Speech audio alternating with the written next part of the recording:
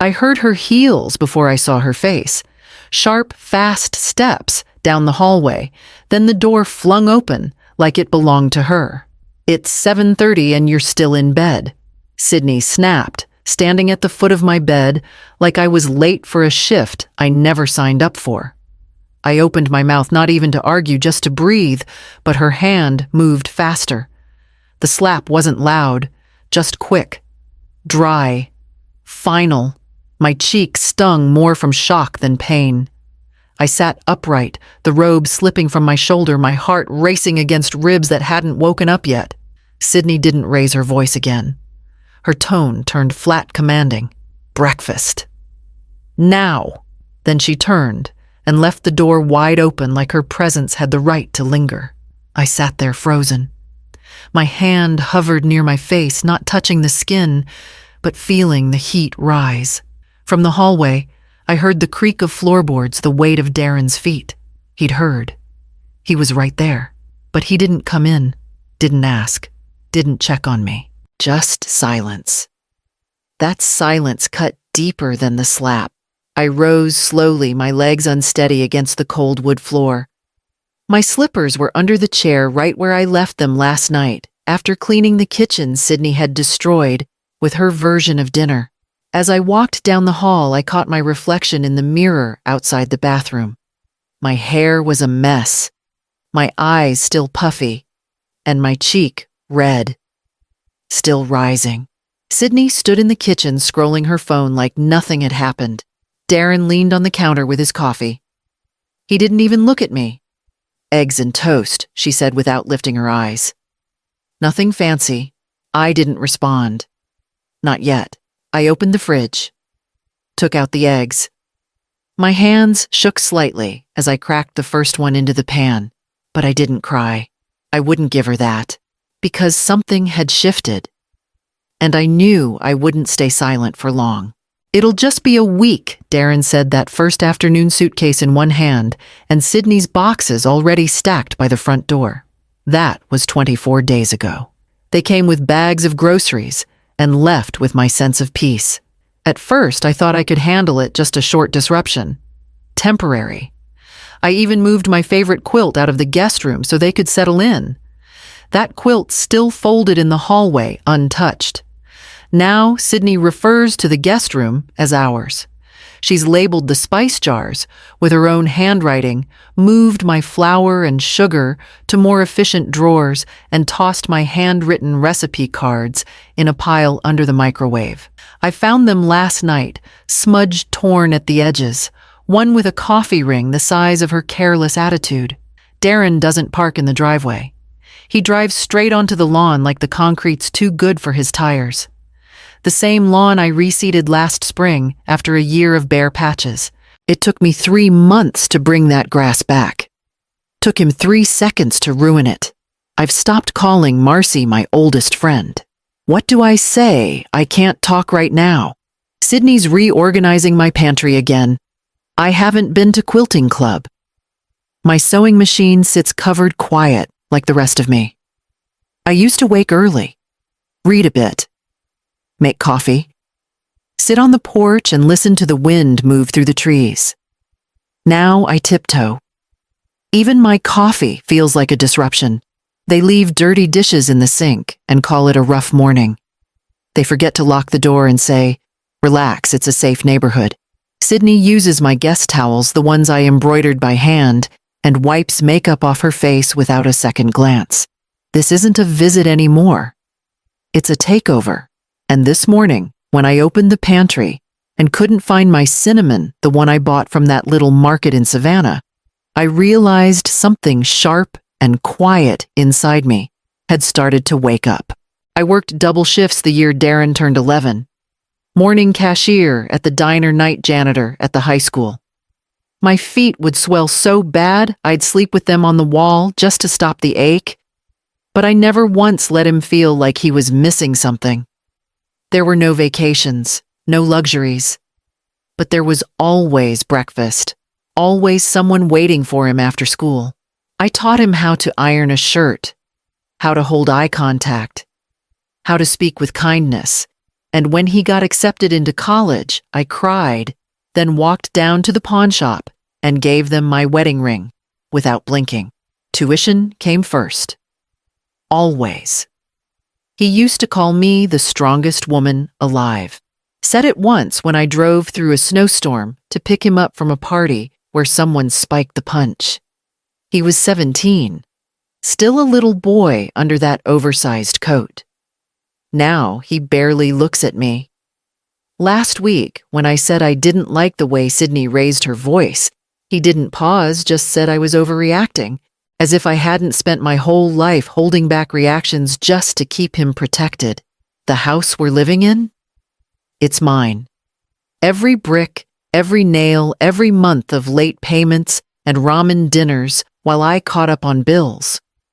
I paid off the mortgage 8 years ago. Alone. Darren didn't even know until he saw the letter on the counter.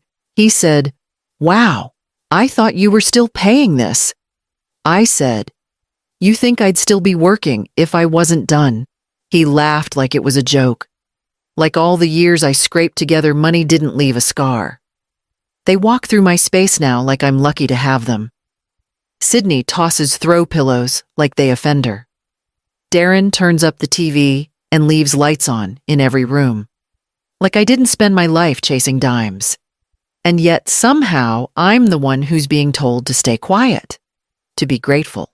But I heard something yesterday that made it impossible to stay quiet any longer. I was folding Darren's laundry in the hallway, something I never should have started doing again, when I heard Sydney's voice drift from the half-shut bedroom door. "She's old. She won't last another year," she said casual, like she was discussing expired milk. A pause. Then Darren's name is already on the paperwork. I stopped folding. One of his socks was still in my hand. A low hum of someone responding, probably whoever was on the other end of her call, but I couldn't make out the words. Just Sydney, again, chuckling. If she trips and falls, well, no one would question it. The sock slipped from my fingers, landing silently against the floorboards. My chest tightened, not from panic, not even anger, just something colder, deeper. I didn't move. I didn't breathe. I just stood there listening. "She's stubborn as hell, I'll give her that," Sydney went on. "But she doesn't get that this house isn't hers anymore. Darren and I are building a future, and she's just in the way." I stepped back slowly, keeping my feet light.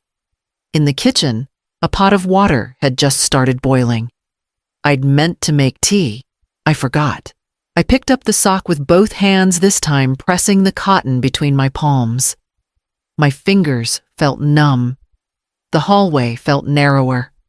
Like the air had changed and wouldn't go back. This wasn't disrespect anymore. This was calculation. She wasn't snapping out of stress or moodiness. She was playing the long game, pushing limits, testing how far she could go until I broke or disappeared on my own. I walked back to my room without finishing the laundry, closed the door quietly, sat on the edge of the bed. I didn't cry. That part of me had been used up years ago, but I knew now I wasn't just being tolerated. I was being replaced. And Darren, he either knew and didn't care, or worse, he was in on it. I didn't have proof. Yet, but I had a plan. And that plan started the moment I stepped back out of that room. That evening, after the dishes were washed by me and the house fell into that heavy silence again, I found Darren alone in the living room, scrolling his phone like none of this was happening. I heard what Sydney said. I said calm, but cold. He didn't even look up. She was just venting. "Don't be dramatic, Mom." Venting, I crossed my arms. And the slap this morning. This time he sighed like I was bringing up some minor inconvenience. "She's under stress. We all are. Maybe if you tried talking to her instead of criticizing," I stepped forward. "She hit me, Darren. She didn't mean it." That stopped me. I looked at him, really looked, trying to find the boy I raised, the one who used to leave little notes on my pillow when I worked the night shift. The one who cried when I gave away his bike to pay a utility bill, then hugged me and said it was okay, we'd get another someday. But that boy was gone. What stood in front of me was a man who watched his wife slap his mother and called it stress. I gave everything for you. I said the words barely a whisper. I did it all alone. 2 jobs, no support, and you let her walk through my house and treat me like I'm nothing. He rubbed his face, frustrated now. You're twisting this. No, I said firmer now. You are. He stood up like that, ended the conversation. I'm not doing this with you. But I was already done. I didn't argue, didn't raise my voice. Because at that moment, I saw it clearly he hadn't changed. He'd just grown into someone who never planned to stand beside me at all. I turned away, heading back down the hallway. My hand brushed the wall as I passed the corner where the security camera used to sit, before Sydney took it down, because it made the house feel paranoid. She didn't know I'd already installed a new one, smaller, silent, and hidden in plain sight. This time, I'd have evidence. They thought I was old and tired, easy to corner, easy to erase. But what they didn't know, what they never bothered to ask, was that I had already started preparing long before the first insult was thrown. The new camera in the hallway had been recording for days. Not just their movements, but their words. The slap from Sydney, her muttered curses as she stormed through my house. Darren's silence, his excuses. It was all there, every second of it. They didn't notice the new wiring tucked into the molding, didn't question why the Wi-Fi signal had changed. They were too busy playing house in a home that wasn't theirs. After Sydney went to bed and Darren retreated into his usual indifference, I locked my door and pulled out the folder I kept beneath the bottom drawer of my dresser. Inside, my updated will-revised deed transfer agreements and a letter I'd drafted 2 months ago, but never sent. I took out my phone, opened the footage, watched the clip of Sydney striking me in my own bedroom, heard the sharp sound of her voice demanding breakfast, and saw myself not weak, but quiet, tired, and done. Then I opened my email and attached the video to a message labeled Emergency Exit Plan. I added the scanned deed papers newly notarized, showing the house still solely under my name and now earmarked for the nonprofit I used to volunteer with. Not Darren, not Sydney, not after what I'd heard. I wrote 3 words in the body of the email just in case. I sent it to my lawyer, the same woman who helped me draft my will when Darren was still in high school. Then I sat back, took a breath, and locked the folder away again. The house was quiet now. Not peaceful, just still. But something in me wasn't afraid anymore. Because while they played games in daylight, I had already laid the groundwork beneath their feet. And tomorrow, they'd step right into it without ever knowing what hit them. At exactly 9 a.m., the doorbell rang. I was already in the kitchen, coffee in hand, toast in the pan, waiting. Calm. Sydney, in her usual robe and attitude, stomped to the door. I heard her voice slice through the hallway. Who are you? The courier didn't answer much, just handed over the envelope and left. She ripped it open, like it owed her something. Notice to vacate 48 hours, she read aloud. Her voice cracked halfway through. Are you kidding me? Footsteps thundered down the hall. Darren burst into the kitchen holding the papers in his fist. You didn't even talk to us, he snapped. You just sent a letter. I stirred my coffee slowly. You didn't ask to stay. He blinked, caught off guard, like the truth was some foreign language he'd never been forced to understand. We're your family, he said. I took a sip. You stopped acting like it. He shoved the paper across the counter. This is insane. Where are we supposed to go? You're both adults, I said. You have jobs, cars, choices. I didn't get any of that when I raised you. Sydney appeared behind him, eyes wide-mouthed twisted in that same smirk she used when she told me I'd lost track of reality. Only this time, the smirk was shaking. "You can't just kick us out," she said. "Legally, I can," I interrupted. And I have. I reached into the drawer, pulled out the receipt from the delivery, and slid it across the table. Served. Signed for. Witnessed. They stared at me like I was someone they'd never met. Maybe I was. Because the version of me they thought they could manipulate the quiet woman who folded laundry and looked away from insults, she was gone. "I'm not your doormat," I said. "Not your maid, and certainly not your retirement plan." Sydney opened her mouth to speak, but no words came out. Darren lowered his eyes for the first time, looking small in a house he never earned. And as I poured myself a second cup, I saw them both clearly for what they were. Sydney went online within the hour. I saw it coming, her fingers flying across her phone, her voice rising in fake indignation. She posted a thread of half-truths and full-blown lies. Said I'd lost my mind, that I kicked out family for no reason, claimed I was unstable, vindictive, bitter. She didn't mention the slap. Didn't mention the planning. Didn't mention the part where she and Darren treated my house like a free hotel with laundry service. I didn't reply. I didn't argue. I didn't comment once. I simply uploaded a 22-second video. No sound, no caption, just the footage from the hallway camera. Sydney's hand in the air, the strike, my startled step back, her lips still moving, my silence, then her walking away like nothing happened. That was all. I let the silence speak for itself.